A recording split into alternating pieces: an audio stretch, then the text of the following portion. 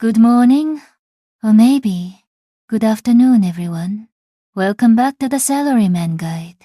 I'm Sumiho, and if I look like I haven't quite finished last week, you'd be right.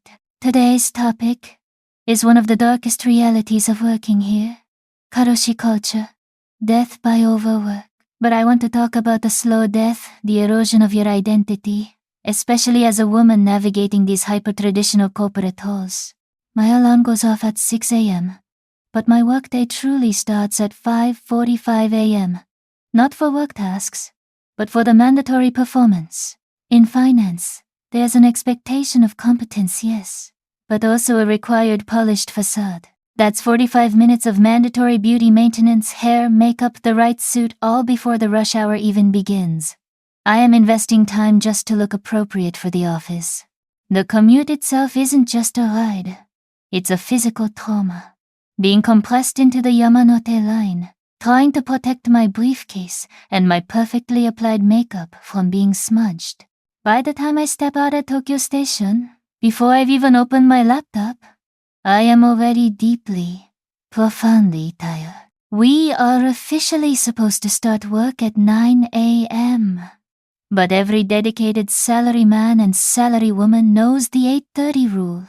I'm at my desk by 8:25 a.m., already checking overnight updates for the London and New York markets. This early arrival is unpaid, mandatory, and it sets the tone for the day. Your time is never truly your own. Let's dive into the pressure points of the day. My core job involves producing daily complex risk assessment reports. It's high-stakes work requiring extreme focused precision. Any typo or missed decimal is a potential disaster. Beyond the reports, the day is filled with back-to-back high-pressure internal meetings. They start on time, end exactly on time, and often achieve surprisingly little. But here's the kicker: the gender dynamic. In a critical strategy session last week, I was presenting a comprehensive market outlook. Mid-sentence, the manager of the visiting team politely asked if I could stop at the next break and fetch tea and senbei for the guests. I was the most junior woman in the room, and therefore, the expert on the screen was simultaneously expected to be the invisible caretaker. I spend mental energy battling that outdated optic instead of the spreadsheets, and that is exhausting. Then there's nimawashi, or informal consensus building. The real work happens outside the formal process, requiring hours spent walking around the floor to get informal buy-in for your proposals. It's about social ritual, which often means staying late just to catch the right senior person after their own meetings are done. Now, 6 p.m. The official workday ends. Does anyone leave? Absolutely not. This is where the notorious service Zangyō begins. Unpaid overtime. The unspoken rule is that you cannot leave before your superiors. It signals a lack of commitment, and for a woman, there's an extra layer. Avoiding the label of not serious, or even selfish.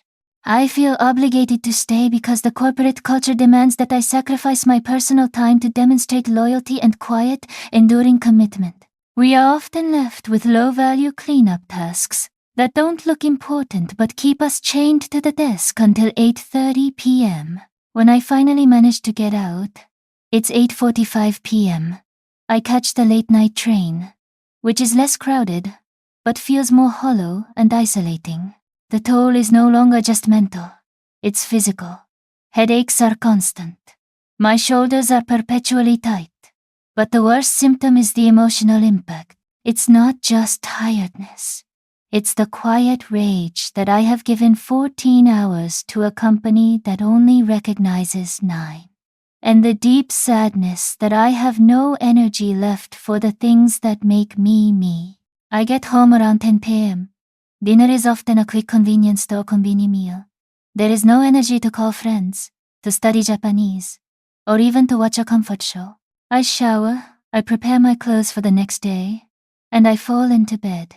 The erosion is complete. My personal identity outside of salarywoman is vanishing. That's the real Karoshi. It's the death of yourself. So, how do we particularly the women out here, survive this. Because we can't just quit our careers. We need survival hacks, not just complaints. First, strategic napping. If you can't get a proper lunch break, use the shokudo or a quiet corner for a 15-minute power nap, not scrolling on your phone.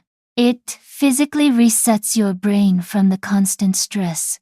Second, optimize the commute. Don't try to work on the train.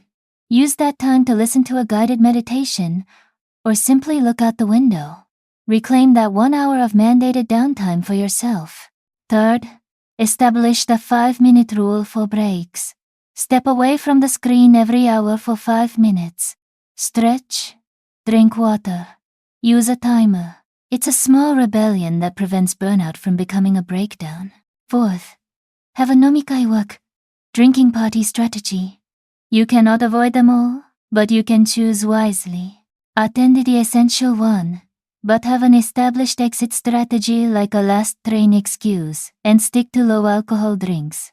Your health is more important than showing sake commitment. Finally, learn the power of no, or more accurately, the gentle refusal. When asked to take on non-essential gendered tasks like event planning, use a polite but firm refusal. Say, I would love to help, but I must prioritize finishing the X report for the 3 p.m. deadline. I am at full capacity. Most importantly, don't apologize for doing your job. Ultimately, surviving Karoshi culture is about building a mental wall. You have to decide, what is the bare minimum sacrifice I must make to keep this job? And what is the part of my soul I must fiercely protect? If you are a woman working in Japan, or anywhere with a toxic work culture, I want to hear your experiences. How do you handle service Zangyō? What is your nomikai exit strategy? Share your story and your survival tips in the comments below. Like this video if this resonated with you, and subscribe to the Salaryman Guide for more on navigating Japanese corporate life. Stay strong. See you next time.